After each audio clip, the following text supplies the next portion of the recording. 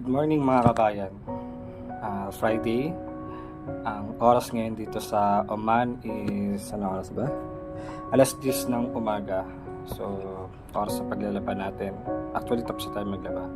So, story time lang tayo, kwentuhan tayo mga kabayan. Meron ako napanood na video from Tony Gonzaga. Ito sabi niya, or ang tanong niya rather is, bakit ang mga demonyo sumisigaw sa atin? Alam mo kung bakit? Kasi malayo siya sa atin. Malayo ang demonyo sa atin.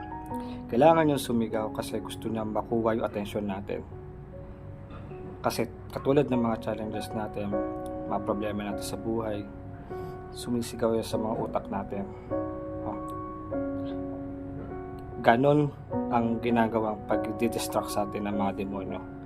Pero marirealize mo, no, bakit yung boses ni God, no, ito yung napakaliit na boses na bumubulong sa atin.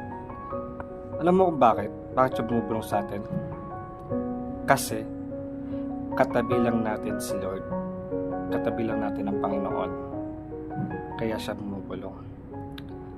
Para malaman mo kung si God ba yung bumubulong sa iyo, malalaman mo kung ang boses na to, it gives you comfort, it gives you assurance, and it gives you peace. Pero kung yung boses na yon na naririnig mo naninira, it hurts someone, hindi na boses yun.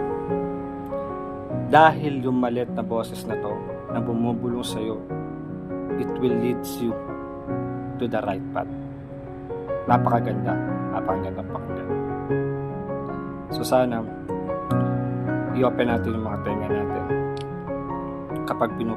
kapag bumubulong si God sa atin. Happy Friday mga kabayan. God bless everyone.